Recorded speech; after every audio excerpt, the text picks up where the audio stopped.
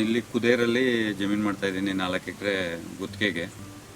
ಆ 4 ಎಕರೆಯಲ್ಲಿ 2 ಎಕರೆ ಪರಂಗಿ ಹಾಕಿದ್ದೀನಿ. ಪರಂಗಿ ಹಾಕಿ ಇನ್ನು ಒಂದು 1800 ಗಿಡ ಪರಂಗಿ ಹಾಕಿದ್ದೀನಿ. ನಾನು ಪರಂಗಿನ ಮಂಡ್ಯ ನರ್ಸರಿಯಿಂದ ತರಿಸಿದ್ದೆ. ಒಂದು ಪೈರಿಗೆ 16 ರೂಪಾಯಿ ಹಾಗೆ ಕೊಟ್ಟು ತರಿಸಿದ್ದೆ. ಮ್ಯಾಕ್ಸಿಮಮ್ ಅಂದರೆ ಅದ್ರ ಖರ್ಚು ಬಂದು ಒಂದು 32,000 ತನಕ ಆಗಿತ್ತು, ಪರಂಗಿ ಗಿಡದ ಖರ್ಚು. ಮತ್ತು ಜಮೀನನ್ನ ಹದ ಮಾಡಿಕೊಂಡು ನಾವು ನೆಟ್ಟಿದ್ದೀವಿ. 8 ಅಡಿ ಅಂತರ, ಗಿಡದಿಂದ ಗಿಡಕ್ಕೆ 7 ಅಡಿ, ಮತ್ತು ಸಾಲಿನ ಸಾಲಿಗೆ 8 ಅಡಿ ಇದರಲ್ಲಿ ನೆಟ್ಟಿದ್ದೀವಿ. ಗಿಡ ನೆಟ್ಟ ಮೇಲೆ ಒಂದು 8-9 ತಿಂಗಳಿಗೆ ಕ್ರಾಪು ಹಾರ್ವೆಸ್ಟ್ ಶುರುವಾಗುತ್ತೆ. ಈಗ ಆಲ್ರೆಡಿ ನಾನು ಕಟಿಂಗ್ ಮಾಡ್ತಾ ಇದ್ದೀನಿ. ಈಗ ನೀರೆಲ್ಲ ಸಫಿಷಿಯೆಂಟ್ ಆಯಿತು, ಮತ್ತು ಮಳೆನೂ ಆಗಿದೆ.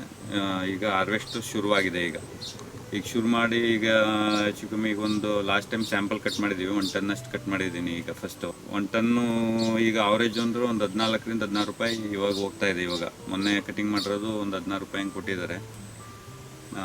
ನೆಕ್ಸ್ಟು ಇನ್ನೂ ಬರುತ್ತೆ. ಇನ್ನೂ ಹೆಚ್ಚು ಕಮ್ಮಿ ಇನ್ನೂ ಜಾಸ್ತಿ ಇದು ಮಾಡಿಕೊಂಡು ಮಾಡಬೇಕು ಬರುತ್ತೆ. ಒಟ್ಟಿನ ಇಳುವರಿ ಎಲ್ಲ ಬರುತ್ತೆ. ಸ್ಟಾರ್ಟಿಂಗಲ್ಲಿ ಅಂತಂದರೆ ಈಗ ನಾವು ಮೇಜರಾಗಿ ಸ್ಪ್ರೇಸ್ ಎಲ್ಲ ಬಂದು ಆರ್ಗ್ಯಾನಿಕ್ ಮೇನ್ ಜಾಸ್ತಿ ಸ್ಪ್ರೇ ಮಾಡಿದ್ದೀನಿ. ಕೆಮಿಕಲ್ ಸ್ಪ್ರೇ ಸ್ಟಾರ್ಟಿಂಗಲ್ಲಿ 2 ಮಾಡಿದ್ದೀನಿ. ಆರ್ಗ್ಯಾನಿಕ್ ಸ್ಪ್ರೇ ಜಾಸ್ತಿ ಸ್ಪ್ರೇ ಮಾಡಿದ್ದೀನಿ.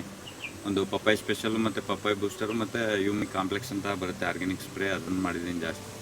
ಅದು ಬಿಟ್ಟರೆ ಡ್ರಿಪ್ಪಲ್ಲಿ ಮಾಮೂಲಿ ಒಂದು ಆರ್ಗ್ಯಾನಿಕ್ ಮೆನ್ಯೂರ್ ಬರುತ್ತೆ, ಅದನ್ನು ಡ್ರಿಪ್ಪಲ್ಲಿ ಕೊಟ್ಟಿದ್ದೀನಿ. ನಾನು ಡ್ರಿಪ್ಪಲ್ಲಿ ನೀರು ಮತ್ತು ಗೊಬ್ಬರ ಎಲ್ಲ ಡ್ರಿಪ್ಪು ಹೋಗ್ತಾಯಿದೆ, ಡ್ರಿಪ್ಪಲ್ಲೇ ಹೋಗುತ್ತೆ.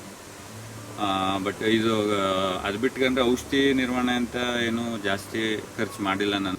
ಮತ್ತು ಇದ್ರ ಮಾರ್ಕೆಟಿಂಗ್ ಅಂತ ಬಂದಾಗ ಮೈಸೂರು ಮತ್ತು ಕೊಳ್ಳೇಗಾಲದಿಂದ ಬಯರ್ಸ್ ಬರ್ತಾರೆ. ಅವರೇ ಬಂದು ಅವರೇ ಕಟ್ ಮಾಡಿ ಅವರೇ ಪೇಪರ್ ಪ್ಯಾಕ್ ಮಾಡಿ ಅವರೇ ತಗೊಂಡು ಹೋಗ್ತಾರೆ.